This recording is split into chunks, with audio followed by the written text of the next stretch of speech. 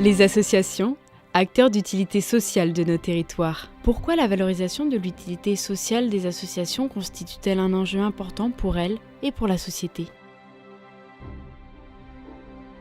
La différence essentielle entre une association et une entreprise, c'est que l'entreprise est faite pour dégager de la valeur, et notamment pour ceux qui y apportent leur capital, alors que l'association, elle a un autre but que la lucrativité. Et par conséquent, elle agit soit pour ses membres, soit pour des groupes particuliers qui connaissent des difficultés dans le domaine des associations de solidarité du moins, et elle participe souvent à des missions qui sont d'intérêt général. Alors c'est dans ce cadre à la fois de son action pour ses membres ou pour des groupes particuliers qu'elle se pose la question de son utilité sociale. Alors c'est une question qui a émergé au début des années 2000 parce qu'on y voyait un moyen de justifier un traitement favorisé, plus favorable en tout cas, et des formes d'encouragement pour développer ce qu'on appelle l'économie sociale et l'économie solidaire. Alors on s'est aperçu au terme de cette réflexion que l'utilité sociale était une affaire un peu complexe, d'une part, à savoir qu'elle est multidimensionnelle. Il y a des effets en termes d'accessibilité, permettre à des gens qui n'auraient pas accès à des services dont ils ont besoin pour vivre d'y accéder. Il y a des enjeux en termes de redistribution, il y a des enjeux en termes d'équité entre les gens. Donc il y a énormément de dimensions. Il y a des enjeux en termes de développement local. Donc l'utilité sociale était censée rassembler et ouvrir la réflexion sur ces aspects-là.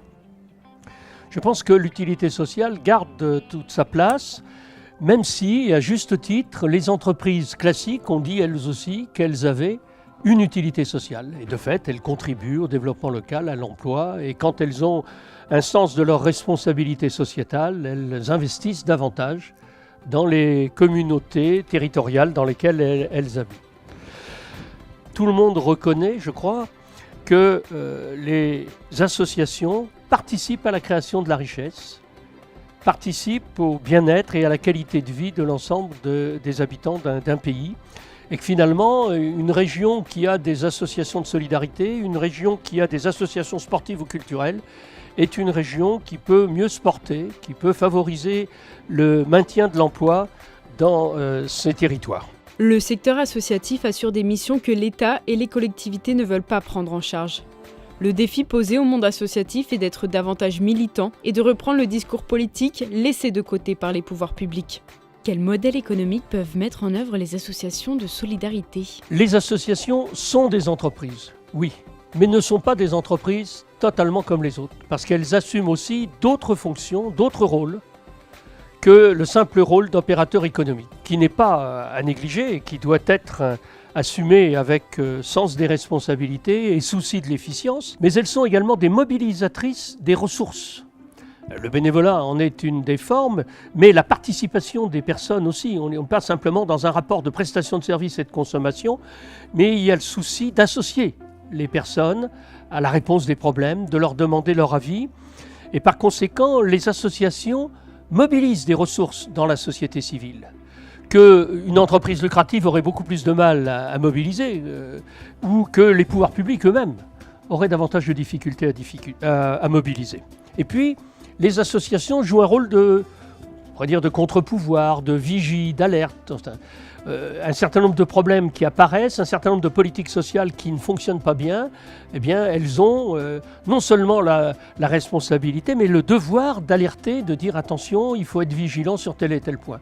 Et donc, l'utilité sociale des associations, elle s'exprime bien quand elles assurent ces trois rôles d'opérateur économique, de mobilisateur de la société civile et de régulateur du développement économique, social et politique. En matière d'utilité sociale, l'association peut se placer en miroir de la société, montrer les dissonances, pousser des alertes sur les contradictions entre la pratique des individus et la posture idéologique, amener les politiques à prendre position. Les associations doivent-elles s'assurer de jouer, de manière égale, les rôles d'opérateurs économiques, de mobilisateurs et de régulateurs ?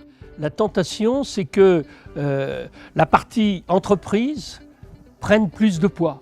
parce qu'il y a des responsabilités en termes de ressources humaines, en termes d'emploi, parce que les budgets sont indispensables pour pouvoir maintenir l'activité et la faire dans de bonnes conditions. L'économie tend à prendre beaucoup de poids.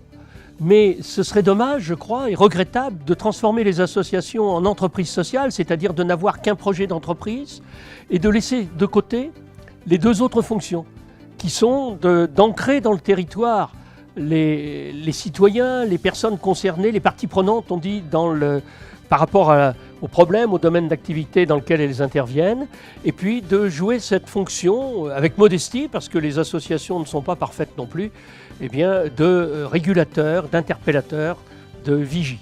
L'association doit faire évoluer son projet en fonction de la demande. Elle doit innover, mutualiser, développer l'expérimentation pour une plus forte efficience. Il s'agit de passer de la tutelle à la co-construction et au partenariat. Au travers de nos différentes actions, nous nous attacherons à évaluer puis à valoriser l'utilité sociale dans nos associations.